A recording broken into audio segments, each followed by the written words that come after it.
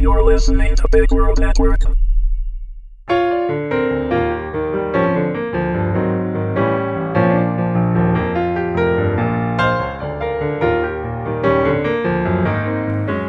Amazing Grace, Episode 5. Written by James Hellvig, read by Meagan Hedin. The device collects dust where it has been wedged atop a cooling duct in the drop ceiling, above the 10th floor changing room. The electronic receiver is new and requires only the smallest signal to activate. When the tiny indicator light changes from green to red, the Cold War relic is triggered and performs flawlessly. The nuclear detonation consumes the bustle of mid-morning commerce found within a half-mile radius of its epicenter. 162,000 of Chicago's residents perish, vaporized instantly. They are the lucky ones. The overpressure wave roars forward, causing buildings to explode and killing or mortally maiming everyone in its path for another quarter of a mile. The trailing firestorm flash ignites timbers and flesh with equal dispassion.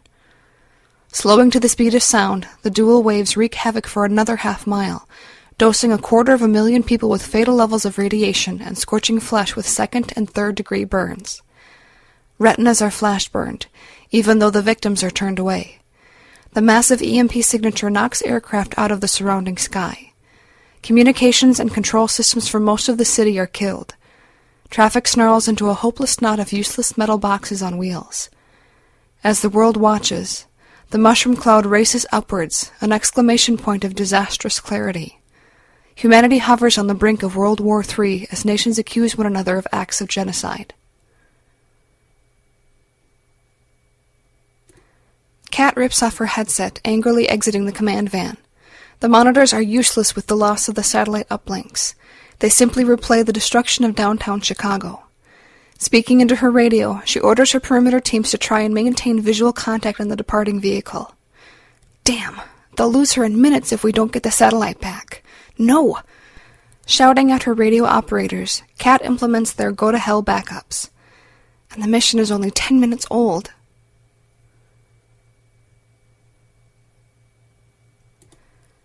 General Wazire and the Joint Chiefs sit in the Situation Room with the department heads of the intelligence community. The President glares at the group, saying, "I'm declaring martial law, effective immediately. Our country is tearing itself apart, as is every developed nation in the world. There is no way a lone individual could have orchestrated such a coordinated series of attacks. Chicago, Paris, London, Beijing, and Moscow have all had nuclear devices detonated in the past hour." Voice rising to a yell, the President slams a fist onto the table angrily, demanding, "I damn well want to know how." Clearing his throat, the head of the CIA answers, "We're working with all of the other agencies, sir. Obviously there is a network, but it does appear as if this Demonis Alumno is the primary organizer and financer. Vast amounts of money have been moving around the Middle East for years, attributed mainly to oil production and sales. That data is skewed." His face reddening, the President points a finger at General Wazire, growling, "Your last report said that there were 2 devices, likely located in New York. That's bullshit. Just how many of the damn things can they have?" Looking at the intelligence officers, the General takes a deep breath before replying. "Our original information is correct, sir. The detonation in Chicago was in the 10 kiloton range. That would put the device as a suitcase-sized weapon." Spreading his hands to encompass the table, he continues, "We need to assume the new threat is real and find a way to stop this bitch from communicating with these weapons or the people controlling them." Struggling to rein in his temper, the President turns to the intelligence directors, asking, "No more games, people. What kind of numbers are we looking at here?" Face ashen, the NSA chief answers, "Sir, during the Cold War, both we and the Soviet Union built hundreds of man-portable nuclear devices. Ours are all accounted for, but the Soviets have some missing." The President glares at the news. The NSA chief continues, "The current Russian administration is willing to admit that between 1 and 200 devices are unaccounted for. We think that number may be twice that high. We have no way of knowing just how many might actually be in play here, but we might have a way to thwart some of the threat. However, the method has some difficulties."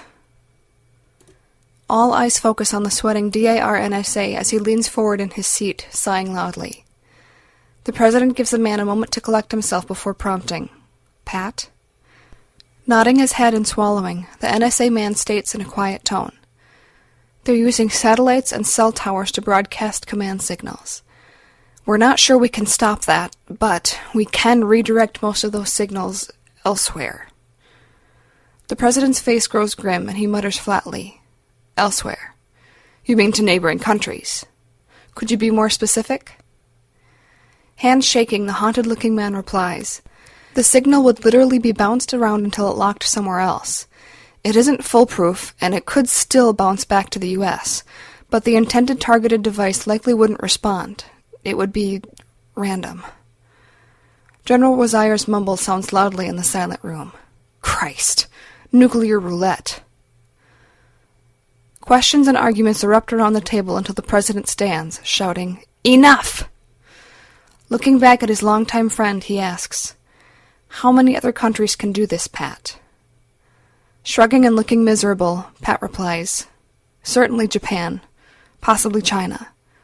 Voice trailing off, the NSA grits his teeth, trying to regain control of his emotions.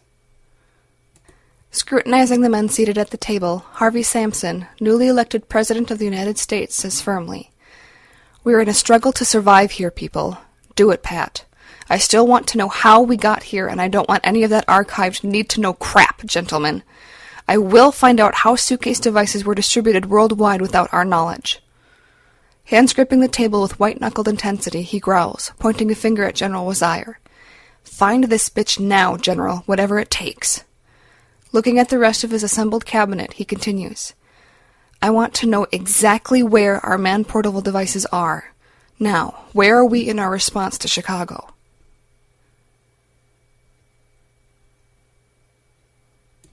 Tammy's face goes white as the radio spouts the message that Demonis Alumno broadcast, followed by reports of the detonation in Chicago and more around the world.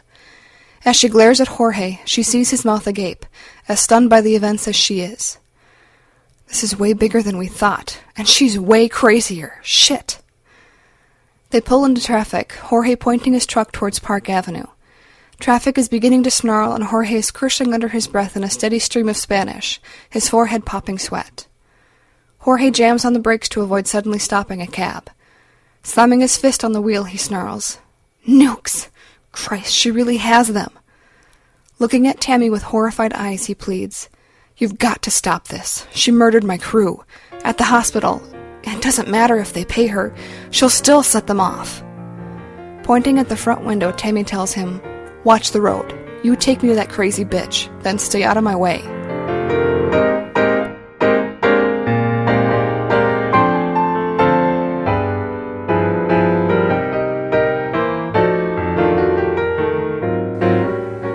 This has been a presentation of Big World Network.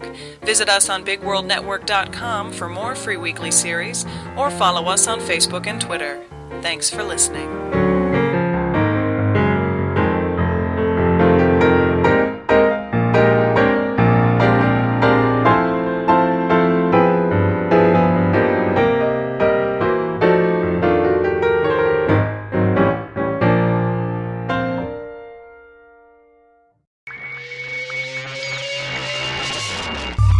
You're listening to Big World Network.